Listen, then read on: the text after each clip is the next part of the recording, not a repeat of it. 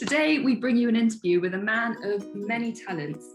He's a director at Victoria Beckham, ex-vice president for the Sri Kshatriya Association, a full-time husband and a dad of two, and some of you may know him best as being a quarter-finalist at MasterChef. We bring you Stan Khatri. Thank you for doing this interview with us. It's great to see you. Thank you for having me. So, what were the pros and cons to being on MasterChef? That's a really good question, because I think pros, it's the biggest pro is obviously being the exposure. You get to kind of showcase your talent or showcase your passion. I think that was the biggest kind of pro for me. And actually, it was a really exciting opportunity and actually really good learning process as well. But the con of that is you've got to remember food is very subjective as well. So you've got to be ready to accept criticism. And I think that was probably the biggest con. And also what you may think you like, or what one judge may like or one judge may not like, it's very subjective. So I think that's probably the con, I'd say. But other than that, I think it was all genuinely a really, really positive experience. I would never take it back. How did you learn to cook, and who would you say is the biggest influence? So for me, learning to cook was actually just by observation.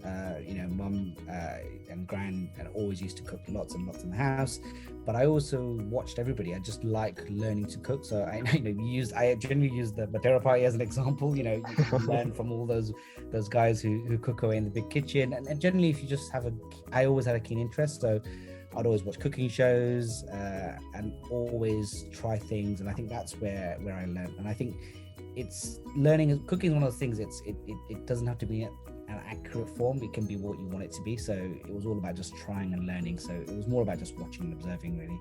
Would you consider changing careers to pursue this further? I think it's one of the things I've considered. It's definitely an interest to me, and I think one of the things that I would say is, it is something you want to pursue at some point in your time, I think, and I'd love to do it. But I think you got to remember that being a chef or a restaurant or a cook or anything like that is a total difference. I got a little bit of the feel for how many hours it takes. They kind of talk you through in terms of if you go to later stages what it's like, and it's long hours. It's very, very difficult. It's very unsociable. Let's be honest, if you look at restaurants, you're cooking for those. So those things you've got to take into consideration. I think maybe in the future there'll be some form of cooking or some sort of career diversity and kind of maybe mix and matching, which I'm probably doing a little bit of that now at the moment, with my kind of cook-alongs and things like that. And you never know, it may grow into something bigger. Where do you normally find inspiration for your dishes? I saw on MasterChef, it was like one of your holidays and your honeymoon that you kind of got inspiration from. So my inspiration is genuinely the supermarket. The supermarket is the kind of like, people find the supermarket like shopping a bit of a chore. I don't.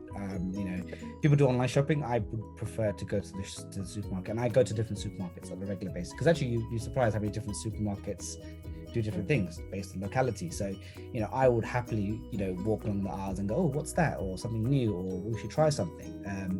My wife hates that, obviously, because you want to just get out with the kids and do your basic shop. But for me, it's all about looking at things, and also using local high streets. I'm lucky enough that our high street has a lovely grocery store, so I kind of will take a walk and go, oh, what have they got, or go to local butchers, and I won't have an idea about what I want to cook, but I'll look at what the butcher has, and it's fresh, and we'll get something and make something. So that's my inspiration. It's everything, just the local shops.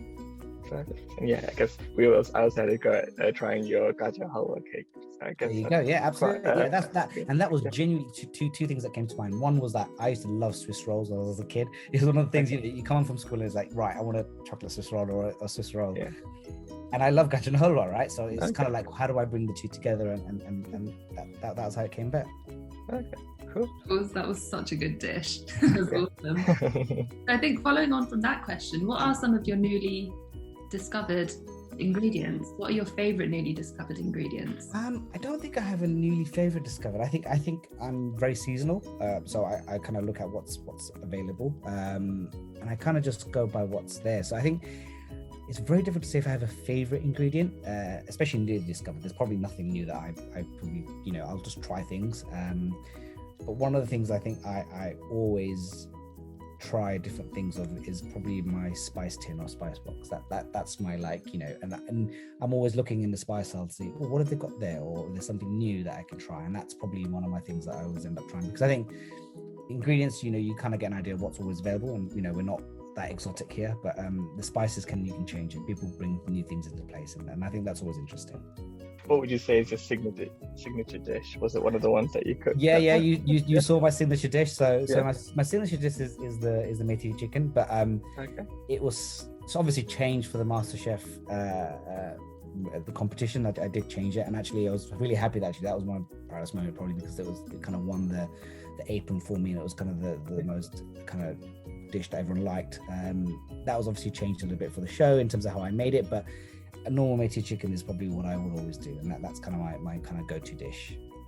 How did you change it? Did you make it? Well, I think it was more about, you know, I think let's be honest, if you're cooking for the family at home, you just got to stick it all in the oven, and you kind of really make it very simple. Yeah. I think there I kind of thought about the things, and for me, cooking is all about layers of flavor. It's all about layers. So, you know, having the meaty chicken, then having the crispy onions on top, or making the chutney separately, you know, it's all about kind of just laying and having the yogurt on top. So it's all about kind of like just layering flavors, whereas when we're eating at home, you just kind of go, right, let's put it all together. and you have it on the plate. So it was more about just refinement, and I knew that's what they wanted, and, you know, they need that refinement when you're on the show. Would you say that might be your comfort meal as well? No, that's definitely not my comfort meal. My comfort meal is pasta. I feel like most people, a good bowl of pasta is probably my absolute comfort. And actually, I actually like making pasta at home, so it's probably the easiest thing to make. You know, making pasta at home is quick and easy, and, you know, fresh pasta tastes amazing, and that is my comfort meal. That with some, you know, simple, you know, herbs and some tomato sauce, and that's it. That is pure comfort. Yeah, you can't go wrong with pasta. It's everybody's favorite, I think. So true. Could you tell us a time when you had like a kitchen disaster? Oh, I could probably lose count of how many kitchen disasters I've had. I mean, there's so many. I mean, it's you'd get lost, but I think, you know, you get those ones where, you know, you burn something, or you're not paying attention, or, you know, it's too dry. I think the one I always seem to get a lot is moisture. You know, you kind of like leave things going, you're doing lots of things at the same time, things become a bit too dry, or you leave them out too long, and it's all about timing. Timing is the kind of the key thing for me, for any cooking. And I think that's probably my biggest disaster. And I think, you know, we've all had them. You leave things too long in the oven, you've had a couple of burns, too much salt. I haven't done anything silly like added salt instead of sugar. I haven't done that yet, thankfully. I hear that one quite often, but no, for me, it's kind of, you know, not enough seasoning, or too much seasoning, or too hot, too spicy. That's another one that happens. You know, you kind of just put it in, and you add another bit in, and then you go, right, that's unedible now. It's just too hot, or you need a big jug of water with you. You know, so you learn, and it's okay to make mistakes. I think that's the way to learn from it. Yeah, true. It's very true. So, what would you say is your favorite kitchen gadget? Oh, I don't have a gadget, but I tell you what, two things I think are most essential for me in the kitchen. One is a really good knife, a good knife set. Honestly, I think with a good knife, you can pretty much, it makes such a big difference when you're chopping and cutting things, and therefore you don't sometimes need a blender or anything. You can just literally do everything with a knife. So for me, a good knife and a good solid frying pan, or kind of deep, kind of like one that you can kind of use through in the oven, put everywhere. It needs to be a good solid frying pan. Just then I think those two things, you pretty much cook everything. Yeah. So, you know, Yeah. I think so gadgets sometimes. Yeah, gadgets don't tend to. I mean, some of them used to. You get a good blender. It's always nice to have a good blender, or a good, you know, a mixer to make good cakes. You know, to whisk. Those are very useful. But I think gadgets are sometimes what they are, right? They're just gadgets sometimes, and sometimes the easiness of just using a knife and your hands are a lot easier. Finally, what advice would you have to someone like looking to take Korean, like the culinary arts or the culinary world?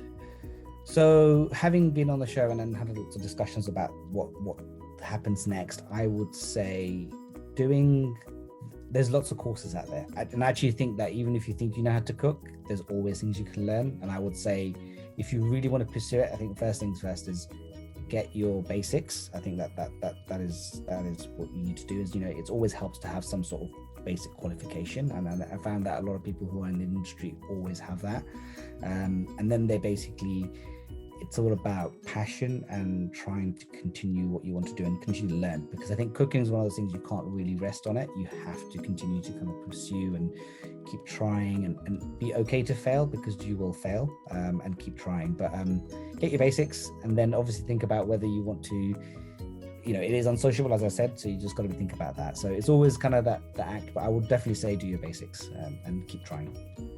That's amazing. Thank you. Just got a few quick fires for you. Sure, far away. So, chai or coffee? Coffee. Coffee. Gesser or Alfonso Mango? Gesser. Yes. Gulfi or cornetto? Gulfi. Oh yeah. And pineapple on pizza, yes or no? No, absolutely no. There's no worse thing. Well, that's where we differ. That is the most horrible thing ever. You can't put pineapple on pizza. Oh God, that's such a controversial question. Never ever put pineapple on pizza. Oh, well, thank you so much for your time. It's been great to hear all about your cooking experience, and we look forward to seeing more of you. For everyone else's information, you can catch Stan on weekends where he hosts cook-alongs, and you can find his information on Instagram, which is @Stan Khatri, which is also on screen now. Awesome. Thank you again. Thank you for having me.